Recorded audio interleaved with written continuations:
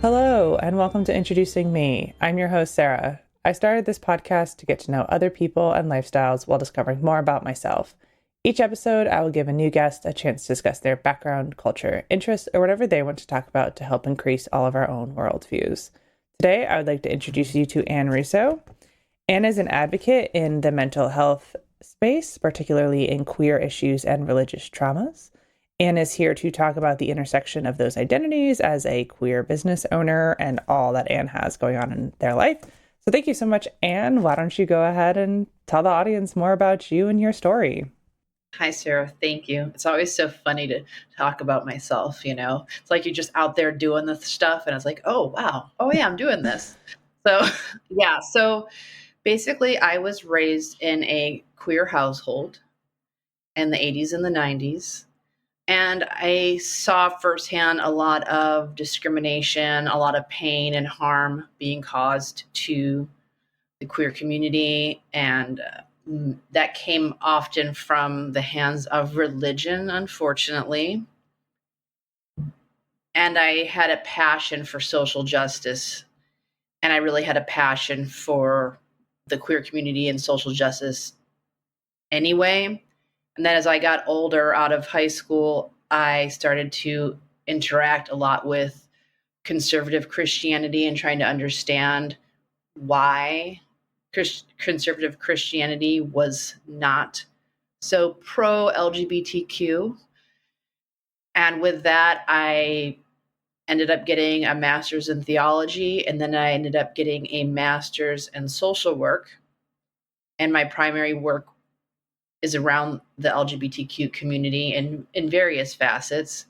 And over the past 10 years, I've built a private practice that has now become a larger corporation. We have about 15 therapists, and we primarily work with marginalized communities, queer people, non-monogamous relationships, religious traumas, POC, and anyone that really has felt like they didn't have a safe space in the mental health community. And most recently, I've been working on trainings for therapists around these issues.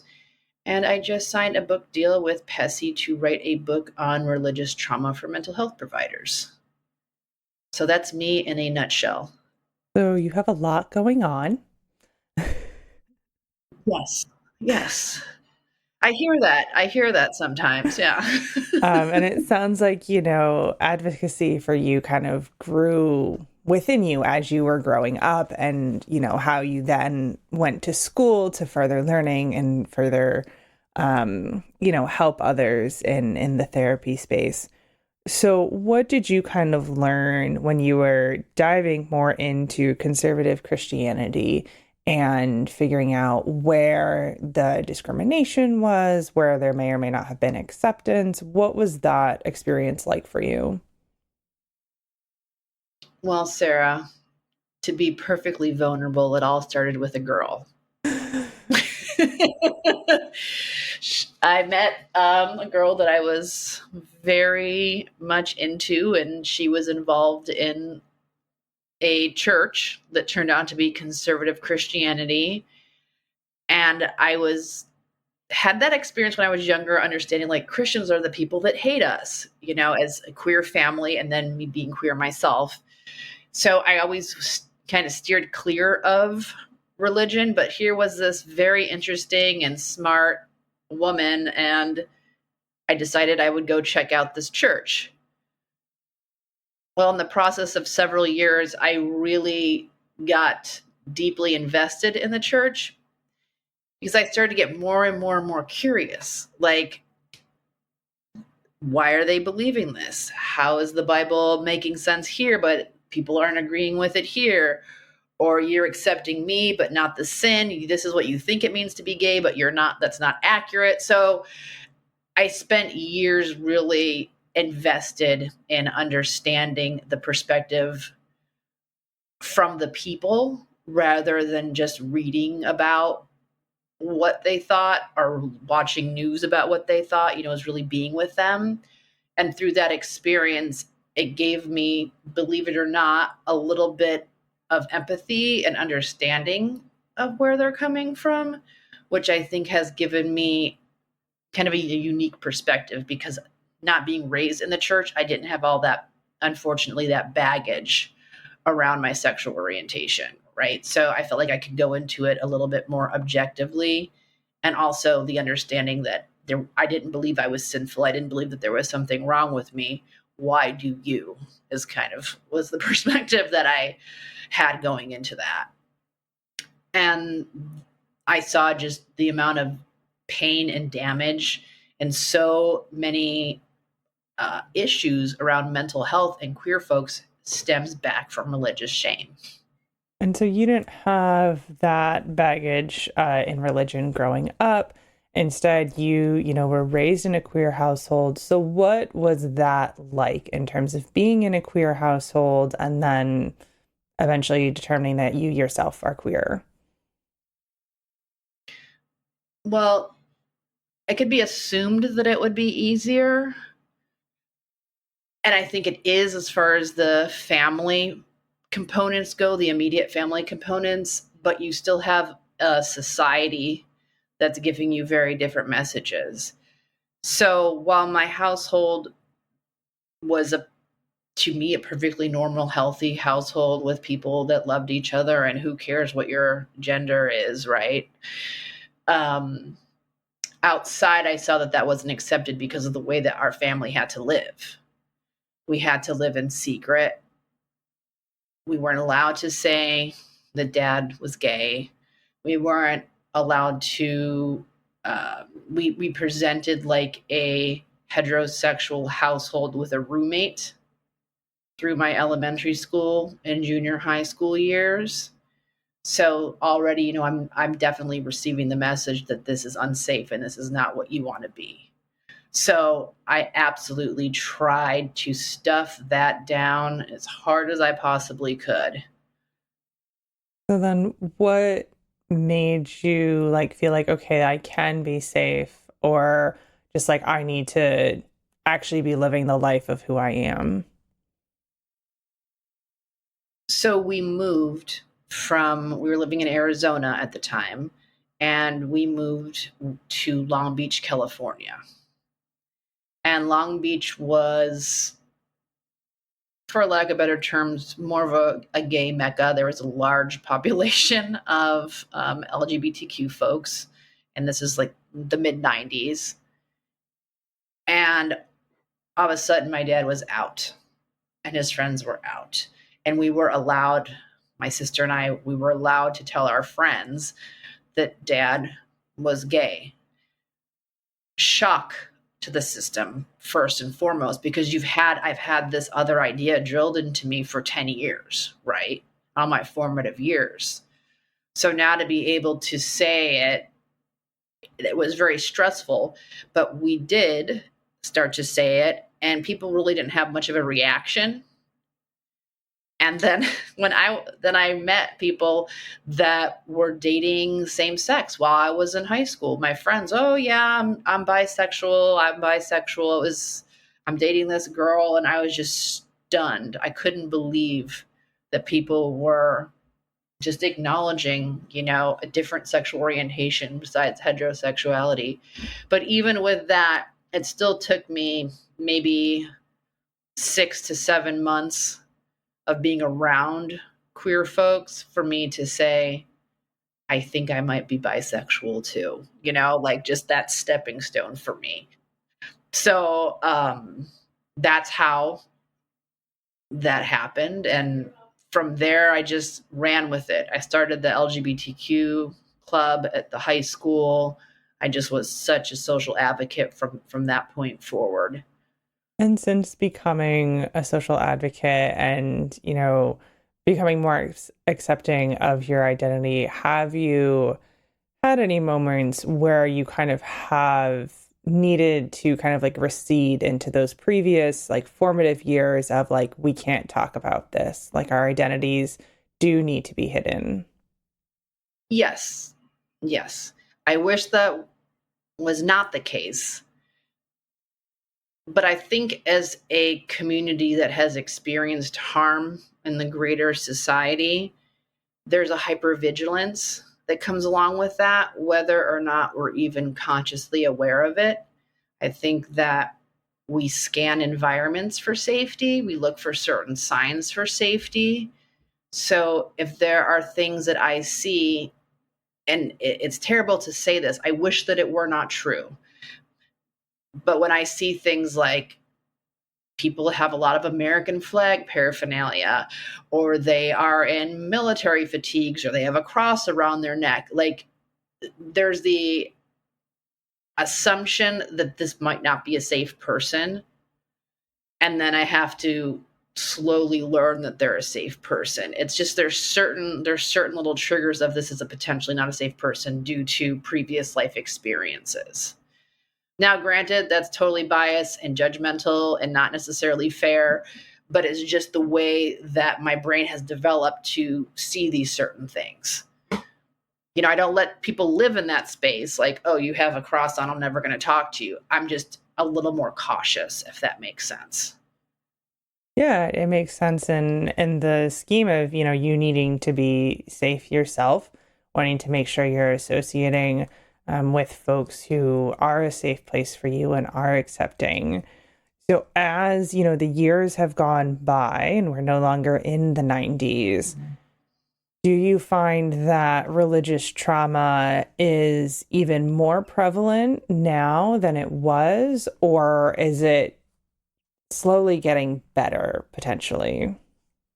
So that is a tough question because religious trauma seeps into so many aspects of people's lives, even outside of queerness. I see people with religious trauma constantly. I think how would I say this? I think more churches specific to queerness, more churches are affirming than they were in the 90s. Absolutely. That's absolutely true.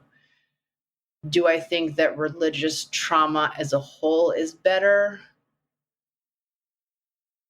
I'm not sure. I'm not really sure. Just doing the work that I do, it's very prevalent, but of course, I'm also kind of in this box of like religious trauma. But seeing how the mental health field doesn't have a lot of people that specialize in religious trauma would make me think that it's still pretty prevalent because folks don't have places to process this, or they're not as accessible to process this. And we are a pretty religious country, whether or not we acknowledge that or not on the surface. And so then how, as a practitioner, are you working with folks with religious trauma? Like, what sort of processing do folks need to do? And like, how is it that you kind of like ended up in this space when it sounds like there aren't a lot of practitioners focusing in religious trauma?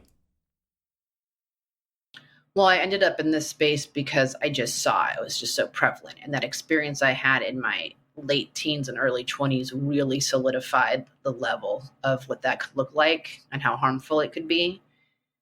And how I work with folks is very much dependent upon where they are in their journey, because you're going to have folks that are very much invested in faith or their religion or certain doctrine. And it's not my job to try to move them away from that, but to help them maybe understand why they have those viewpoints, perspectives. Where does it come from? What are their values? What are their morals? Better understanding of themselves, right? And then there's some folks that are completely away from a religion and feel like it has traumatized them, and they don't want to participate in a faith. So it really is a very individual process. My main goal for all clients is to meet them where they're at, to respect and honor what it is that they want from their religious experience or continued experience, and then help them integrate and feel safe and comfortable in themselves. And are you finding that as you work through folks with religious trauma, is it a lot of queer folks, or is it just kind of some queer folks? Like, where does that intersection lie in the folks specifically that you're working with? So I specialize in the intersection of queerness and religion. So for me, it tends to be that population, right? That intersection. However, I've worked with various populations and just even friends, family, acquaintances. There's religious trauma all over the place. It has nothing to do with queerness. But I specialize in queerness, but I could absolutely work with like someone that's coming in. There's maybe some shame around sexuality or, losing their virginity or purity culture or fear of hell. I mean, there's just so many levels that how religious trauma can show up in so many different ways. And so then how did you decide to kind of grow your business going from, private practice to it's not just you in the business? Yeah. Well, I always say that my practice is an accident it's because I had myself doing the work and then I was getting more clients than I could take on. So then I asked some friends that I had gone to grad school with if they were interested in coming on and working with me and, following like this mission statement, like knowing that they had the same mind, of social justice and, marginalized communities and affordable, accessible service. So the first several people I hired were people that I went to grad school with. And then they started referring some people and we just start getting so many clients. And then those clients were referring. And before I knew it, we had 15 therapists and we serve almost 400 active clients. And we've served probably right now, we're probably close to 18 or 1900 people. So it's just, I think it's grown because there's not a lot of folks that really have the specialty and the understanding of these different populations. Well, and the fact that you're able to provide additional services, able to say, like, okay, we see there is a high demand. We need to kind of meet that. And, we don't want, our employees to be burnt out. We don't want, these people to go without services. Do you see yourself continuing to grow as demand may increase? I don't think that the practice will grow beyond the size that it is, because at this moment, I think it's really important. I'm seeing the lack of education with mental health providers as a whole. So I feel like my energy at this time is best utilized to help train those providers. So there can be more of us out there. And I think that I see that goal is more far reaching, right, than just building up this practice. Right. And you mentioned how you are, focusing in this training. So what are you doing to connect with other practitioners to increase their training around these specific topics? So I recently have been an approved provider to do continuing education units through the ASWB, which is all mental health providers are required to have a certain amount of units every 2 years in order to keep their license in good standing. And as an approved provider, if they take classes with me, they'll be able to get some of those credits towards that licensing. So I think that's a good way to do that. So I'm building up these trainings, which will be available online and at your own pace. And then writing the book with a contract through PESI, who is a tremendous provider of continuing education and resources for all different types of mental health providers. So it's just starting to position myself as someone who knows this material and can engage in this material, and just wanting to support other mental health providers and the work. Yeah, it continues your advocacy. So, Yes. so what was that first leap like for you to become an approved provider, going from kind of the practitioner side to I want to be the trainer side? So as I'm trying to hire people, I'm seeing that they don't have the skill set, but they have the strong desire, right? So I really want to come in here and I really want to work with transgender folks and I want to work with people that are in non-monogamous relationships. I have zero experience, zero training.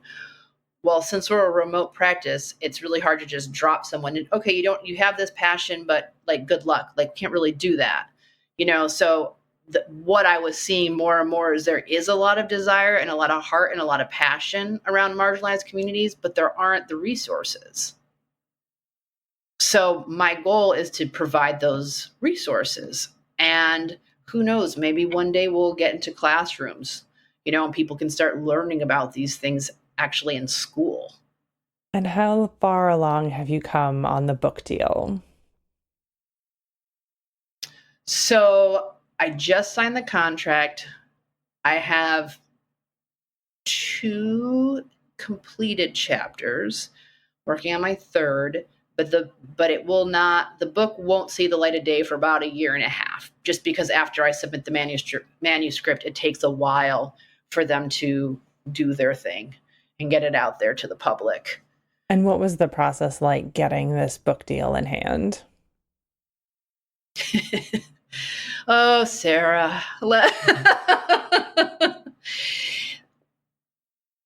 So Pessy actually reached out to me about writing a book on these topics, and I was really excited about it. And I had already written almost a complete book about empowering female sexuality. And I was like, great, I have this book almost done. Let me send you a chapter. So I sent the chapter on Christianity and female sexuality. They come back to me and say, after reading this chapter, we just want you to write a book about religious trauma. So I was like, okay, I got it. So they're like, great, this book's lovely, but there's not enough resources on religious trauma for mental health providers. And their audience really is mental health providers and people that would be interested in this. So they feel really confident that this is the kind of work that's needed right now and the kind of information that needs to be out there. So I started a new book. And so that's where I'm at, but I feel good about it. I mean, it is my language. It is my love, and female sexuality and sexuality in general, queerness, all of that is still my love too. So I'm trying to figure out a way to kind of umbrella all that stuff, that I'm here for all of it, Right. So you've got this new book that you're now writing and working on, and it's going to take a little while to write and publish. How has the therapy space changed over time that by the time you get your book published, will there be so much more going on that it's like, okay, we're going to need a volume 2? Well, between you and me and everyone listening, what my plan is to get this book out, and then I really want to get this other book published. And then if they come to me and say we need to do some revisions or do a revised edition of this book, or I'm totally open for it. But I really want to get that other book published as well, because I think that it's really important to understand, for women to feel sexually powerful, and whatever that means for them. And that book really creates a path to that and an understanding of why we are where we are, starting all the way back from religious doctrine. So I have to publish that one next. Now we'll see where we go from there. And where kind of are you taking the inspiration, the knowledge, everything you're putting into this book, and even the book that you've already written and want to publish? How much are you able to just kind of sit down and write, or how much do you kind of have to go and be let me refresh myself on something I learned or an experience I had? So I think both of those things, because since I'm writing this book primarily for mental health providers who are going to be working with clients, it's very important for me to have evidence-based work. So there is a great deal of research and kind of seeing what other people have done around religious trauma, around shame, around PTSD, all these things that show up in, religious trauma. And then also to get a general sense of the work that's already been done around it, I think is very important too, and really piggybacking off of those folks, but also to acknowledge them and the work that they've done, right? And then I pull a lot from my own experiences with my clients, or even conversations that I've had with people and experiences I've had within myself in relation to religious trauma. So it's not a difficult topic for me to write on, because I feel like this is what I've been studying my whole life. It really has been a very long time. So it's not hard to do that. I just need to make sure that it's cohesive for the reader. So that would be the part that I think it takes a little bit more time. I can write all day long and then only I understand what I'm saying, right? so it's that piece. It's making it concise and clear, and understanding that this is something that I've looked at for, 30 years. This is not something that someone else has looked at for 30 years. So how do I need to speak to them in order for them to follow my train of thought, right? And work with their clients. Right. Because as you mentioned, in your hiring, you were finding folks who didn't have that background, didn't have that experience. So this would be another tool for them to then be able to work with these folks. Absolutely. And the other challenge too is we're looking at religious trauma. So I'm careful to acknowledge that this is not just like a project that's focused on Christianity. So I'm looking at, how religious trauma can show up with many different religions, but it shows up very similarly, and how we as human beings respond to that trauma. And so then when you got your master's, was this also like a high focus in a thesis, or were you focusing on something else at those times? So my focus was the intersection of queerness and Christianity. So everything that I was writing about and was about how queer people have been impacted by Christianity. And so there was a lot of mental health components there, but there were other components as well. And I didn't necessarily talk about other religions in my work. I had to study a lot of different religions. And in my bachelor's degree, I focused on Southeast Asian religions. So I have a pretty good mix of different religious beliefs and spiritual beliefs in my mind. But what I need to do is pull that thread. How does religious trauma show up despite the particular faith group that someone might belong to? And so because, you started more with a focus in Christianity with its intersection with queerness, but now in this book, you are connecting to other religions. But when you look at the States as a whole, different religions are more popular. Is your practice primarily in one location? You mentioned that you are virtual. So how does that kind of practice base reflect into how much your training needs to be relating to different religions? So the book, okay, two different pieces. So the training part that I'm doing for the CEUs is specifically Christianity and queerness. And that goes very deep into Christianity. I had to make two separate trainings. One's just about Bible stuff. But the book can be used for anyone who's experienced religious trauma in any religion, because we're looking more at the impact of the trauma. So it's helpful for the practitioner to have some understanding of culture and religion, but it wouldn't necessarily be, they don't need a master's in theology. They can look at something and go, this could be coming out of a person's religious upbringing. Let me understand that. And just to know that when you're doing your assessments and you're working with clients, to ask questions around upbringing and religiosity, because there might be a lot that's interplaying with what they're experiencing now that you may not even think to ask or question.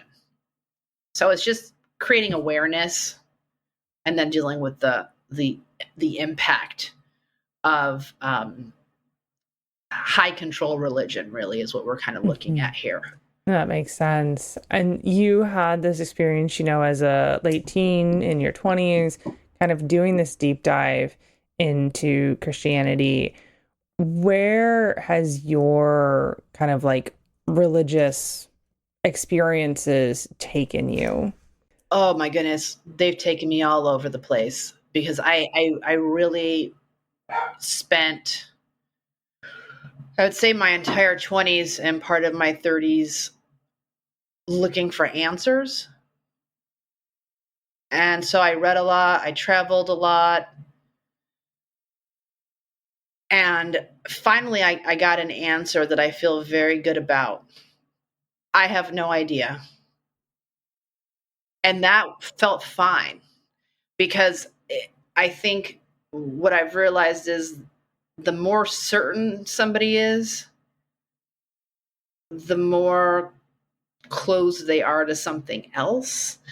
And I don't think that's just not me, So I want to be open to all kinds of possibilities and ideas. And I don't want to be someone who has a belief system that creates a situation where you can't look at other belief systems or other ideas or concepts, right? So I went to the Vatican. I've been to Angkor Wat in Cambodia with the monks. Like I've really, and I like talking to people about their faith and their religion respectfully and just learning from the actual practitioners of a faith.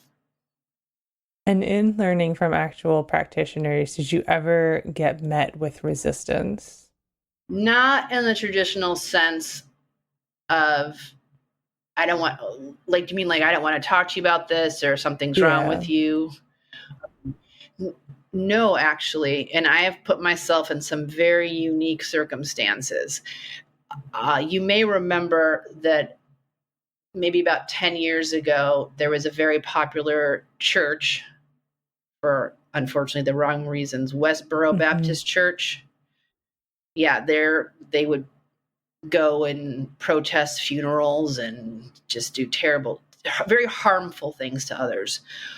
Well, they came to the area where I lived, and I just went right out there to talk. And I ended up talking to one of them for like 2 hours because I'm like, well, what do you like? And I don't have any judgment. Like, I'm not there to fight you.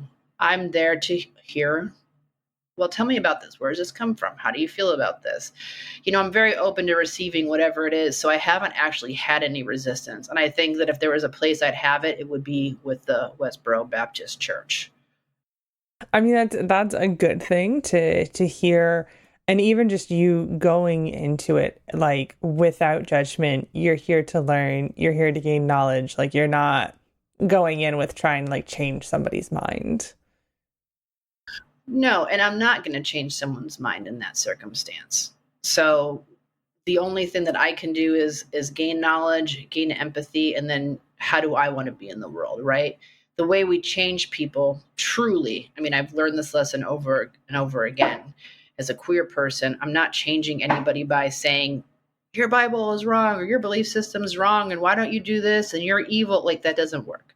What works is me showing up authentically and people going, oh, so wait, a queer person isn't just a drug addict on the street who wants to sleep with everybody, who hates God? Like, seriously, like, because that's what a lot of people think. So, like, if I show up as myself and I'm not showing up as this demonized version of what it means to be a queer person, it gives pause. It may not stop their belief system, but it definitely gives them a little something to think about.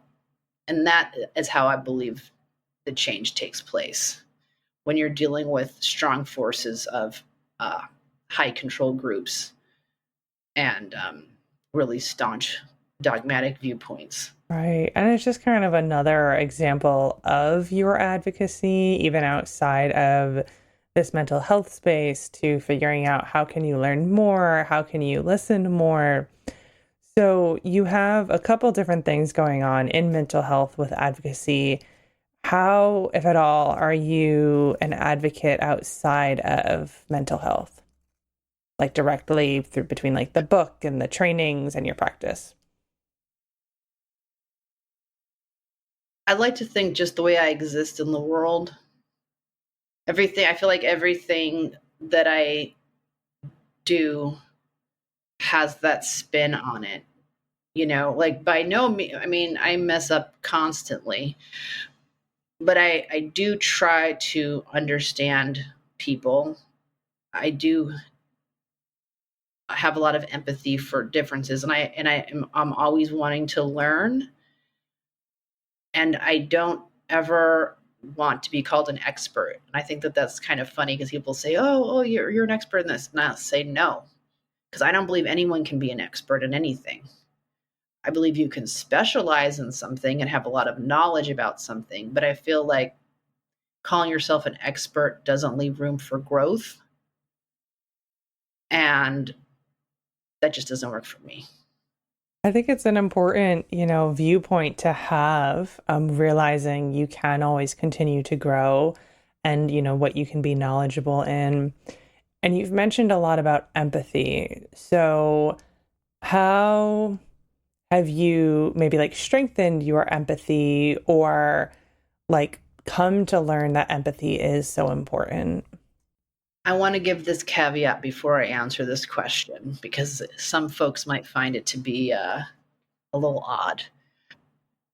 Empathy does not excuse bad behavior and harmful behavior. And empathy does not mean no boundaries. Empathy does mean being safe in yourself and valuing yourself as well. And I think that real empathy adheres to all of that. With that said, empathy allows me to look at people in this world and have an understanding of why they may be the way that they are and not to carry hate within myself for why someone might do what they do. So I can look at, I'm just going to put it out there, the election. I can look at someone like a Donald Trump character, and while he's not my favorite, I can look at that person and go, this is a person that's hurting. This is what his childhood was like. He needs all this fame, all this positive reinforcement. This man is probably very empty, and I have a lot of empathy for what he must actually be feeling inside. I don't want to spend time with him. I didn't want him to be the president. I'm not a fan of his policies, but I don't hate the spirit under all the bullshit, I guess you could say. Yeah, you're looking at someone beyond just their external. You're realizing kind of like there's a reason for people's actions. Like even just talking about religious trauma, like that's not necessarily something that people tend to like put on their face, but that doesn't mean it's not affecting them. Totally. And I like what you said. It's the reason that something happened. It's not the excuse. And I think that that's the caveat. And that's why I want to make it clear. It doesn't mean that you don't fight against a policy or something that you don't believe in. It doesn't mean that you don't fight social justice. It doesn't mean that you don't, speak truth to power. It doesn't mean any of those things. It just means that maybe you're a little softer in your heart about the human experience. Yeah. I mean, being softer at heart and the human experience is so different for everyone. And I think, you can kind of look back to some of the things you shared about in your growing up and, how you had to be perceived and how that changed. I think it's important to realize where, you come from yourself to then be connecting with others. Absolutely. And as I grow older, And I talked to some of my friends that I've had, since I was a teenager. I have one friend, and I gotta just like give a shout out to her, because she's like, I've been so judgmental in my life about people. And the older I get, the easier I see that it can be to, go one way or the other, or change. Like it's like, I think there's this openness to the human experience is more cause and effect than good or bad. It's like, what kind of impact do you want to have on the world? And you're not always going to do it perfectly, right? But just trying to look at, like, who do I want to be in this world? How do I want to treat people in this world? And then go from there. Yeah, I think those are all some really good points in inner reflection and, how you're putting yourself out there.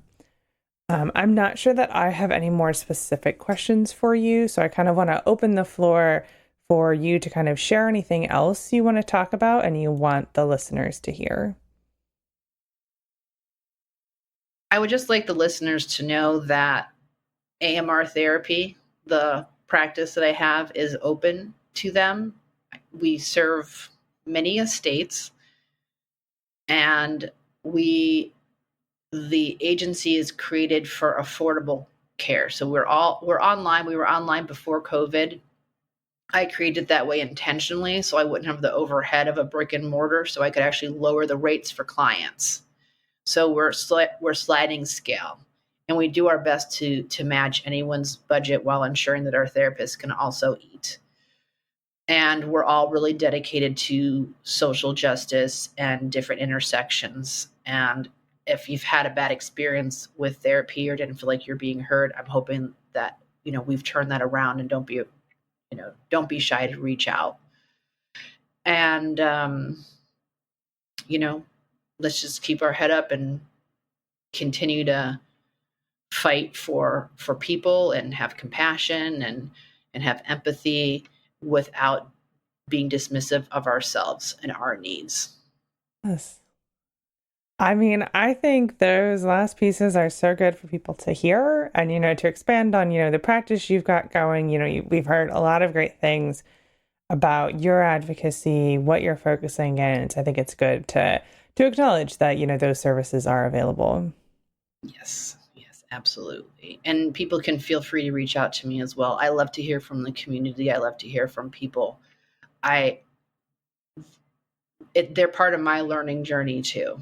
We are all in this together, and I really, really firmly believe that. So we're all learning from each other. 100%. And I'll make sure to, get all of your good contact information in the description for folks to be able to reach out, and I'll mention that in the outro. But before we get there, I do ask all of my guests a random question. So my question for you today is, what is the best way to waste time?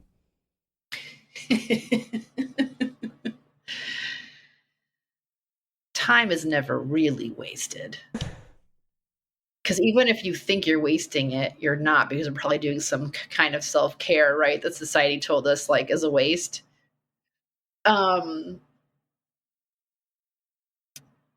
Spending time with friends, watching movies. Okay, Abbott Elementary. That's my thing right now. I'm wasting time watching Abbott Elementary at night because that show is hilarious.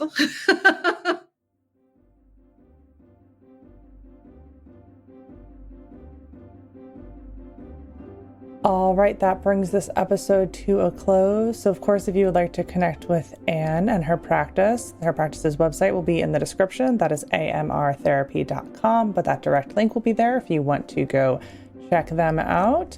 And of course, if you would like to connect with the podcast, our website is in the description as well. That brings you to all of our past episodes, resources, good information, our social media. We are in Instagram, Facebook, and LinkedIn if you'd like to go follow those pages. And of course, my email is in the description as well. That is always the best way to reach out to me if you are interested in connecting. And there is also a link in the description to support the podcast monetarily if that is something you are interested in. So thank you so much, Anne, for spending time with me today, and to my listeners for taking the time out of your day to hear a new story. Until next time, bye. Bye.